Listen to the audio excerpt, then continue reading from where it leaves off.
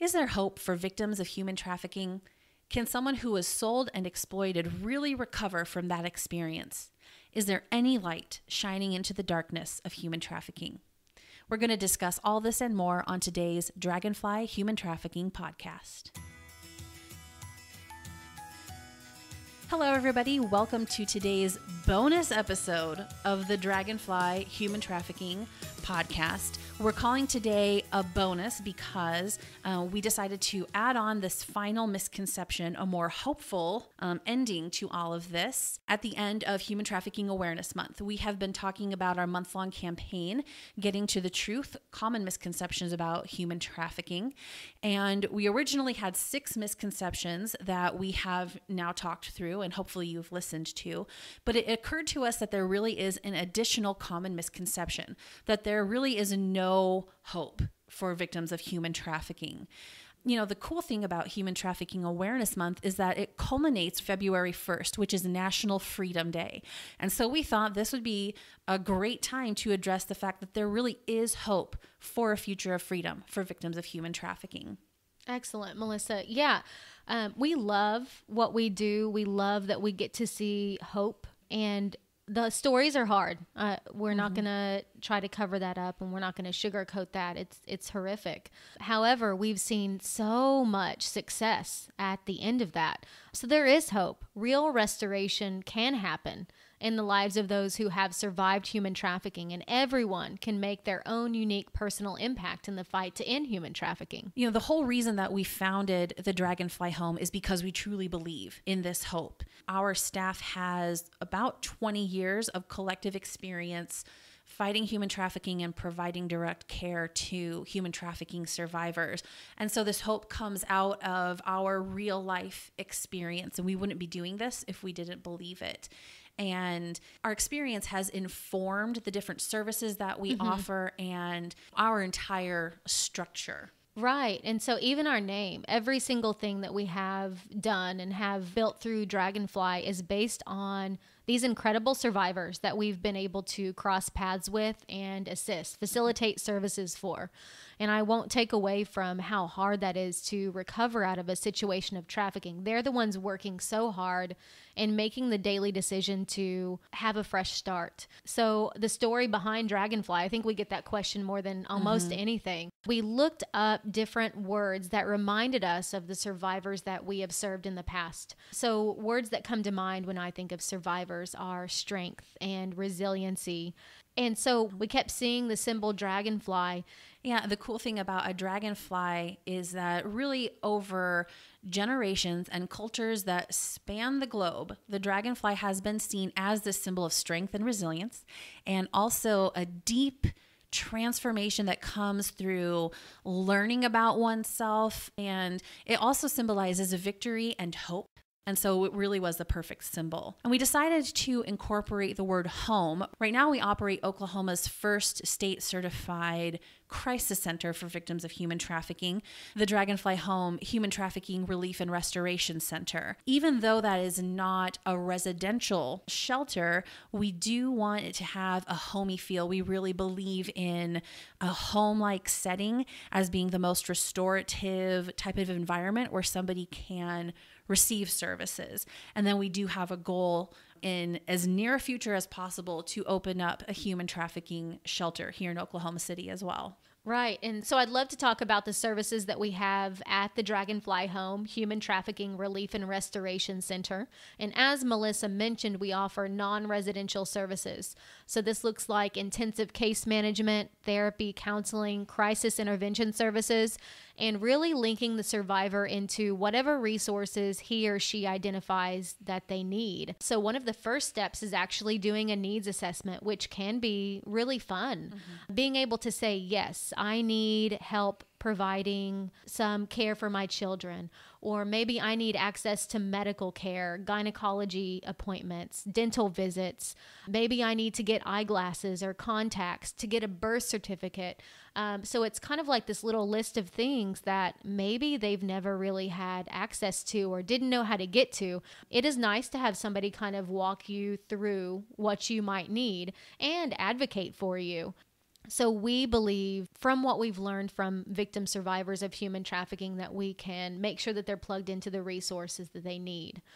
It's really important to recognize the power of choice in the life of a human trafficking victim survivor. We've talked about the control, the coercion, the manipulation on the part of the trafficker.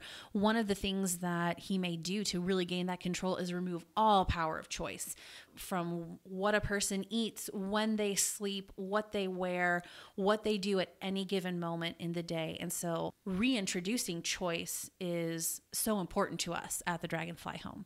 Yeah. So that looks like making sure that the victim survivor knows that they make the choices they want. We don't make the choices for them.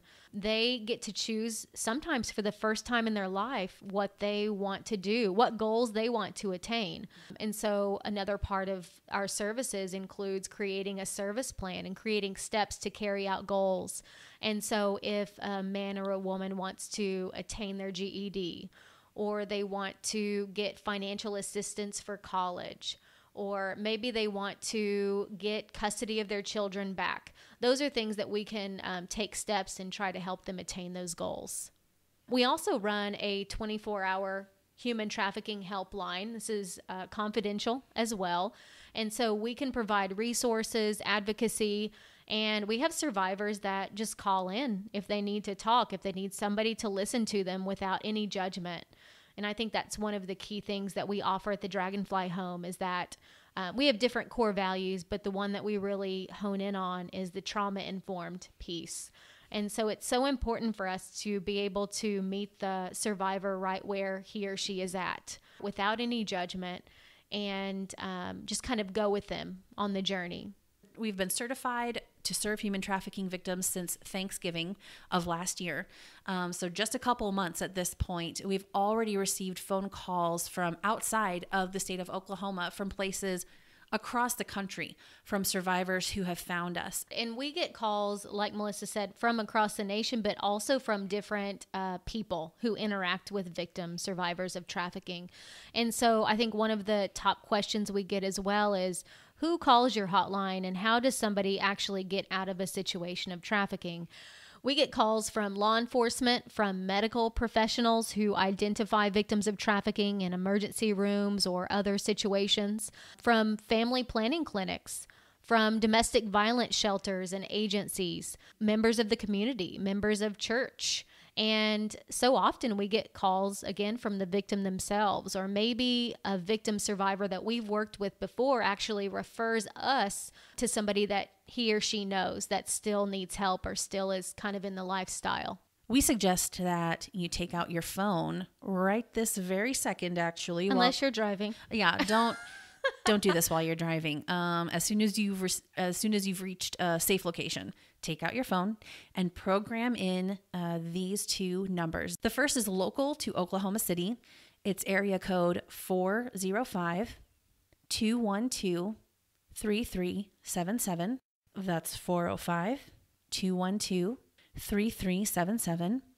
We also have a toll-free number, and that is 855-674-4767. 855-674-4767. If you suspect human trafficking, if you know someone who is involved in it, if you feel that you need help with something related to human trafficking, please call our helpline. Our staff is trained to help you. So please don't hesitate, and share the number with people you know. So Melissa mentioned our 20 plus years of experience that we have collectively as a team. So though Dragonfly Home is new, we have years of experience with this specific population. And in those years, and even in the short time at Dragonfly Home, we've seen so much hope. We have seen so many successes, and we celebrate every success, big and small. And so we've seen victim survivors who are attaining jobs. They're going to school. They're getting their education. They're going into the military. We've seen survivors who have gotten custody of their children back. We've seen family relationships restored. We've seen felonies dismissed and expunged. It just runs the gamut, the different types of success that we've seen. And so often that's done through somebody in the community just planting a seed or giving a resource or making a call. And so I can say, though we see dark situations and we hear hard stories, I see way more hope. I just always do. And you have to see the positivity in it and the potential in the people that we work with, the personalities, the strengths, the survival skills. I'm in awe. I'm in complete and total awe of the people that we get to work with every day. And so I know that the team feels the same way. We're thankful to be in this position and that we get to see all of the restoration and the self-transformation and realization that happens. It's amazing what a difference it makes when somebody can actually receive services from qualified people. It really just might take that one connection for somebody to see a way out and see a future of freedom, and then to walk down that path with people who will walk with them. So we want to wrap up this story that we have been telling throughout these podcasts of a young woman named Ashley. Ashley isn't her real name. We changed it for her protection, but these elements of her story are true. They're based on her real life story. We have talked about how her life and sex trafficking has touched on every single one of these misconceptions. And thankfully, it touches on this one as well, because a life in sex trafficking was not the end of her story. Ashley had a rough exit from human trafficking after receiving a particularly severe beating that put her in the emergency room. She was referred to a domestic violence shelter at first, and then the professionals there recognized elements of human trafficking in her life and were able to refer her to our services. And once Ashley was able to get that help that we've been talking about, she was able to decide what she wanted her life to become. She completely transformed what it looked like. So Ashley received medical help and dental care, and she received all the different things that she needed in order to kind of start over again. That also included mental health support. After all the trauma that she had been through, she needed help to work through those things and reestablish psychological health and emotional health. And as she was doing that, she also began to just see a new future for herself. So she really wanted to finish her education. So she began studying and she earned her GED and was able to begin college classes. And she got her first real job. She realized that she loved animals. So she got a job working with a veterinarian. And it was such a stark contrast to what her life had been before. But these services made it so that she could see an entirely new future for herself. And in the end, her past didn't define her anymore. And she could walk down a path to a future of freedom. So Human Trafficking Awareness Month has drawn to a close. Today is National Freedom Day. And if you are interested in finding ways to get involved, please visit our website, www.thedragonflyhome.org. Follow us on Facebook, Twitter, Instagram. We'll always have ways for you to get involved.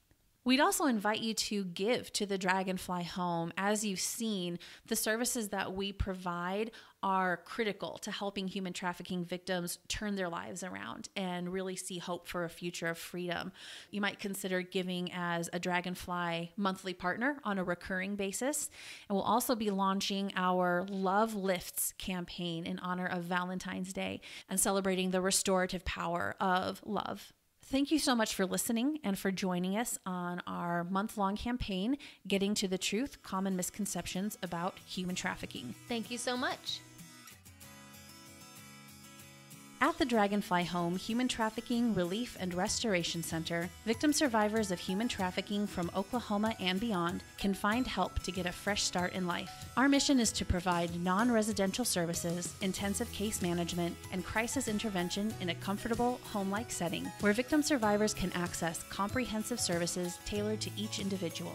We also offer assistance and resources through our 24-hour confidential human trafficking helpline. The Dragonfly Home is a 501c3 nonprofit organization and is state certified by the Oklahoma Office of the Attorney General. For more information, visit www.thedragonflyhome.org and follow us on Facebook, Twitter, and Instagram.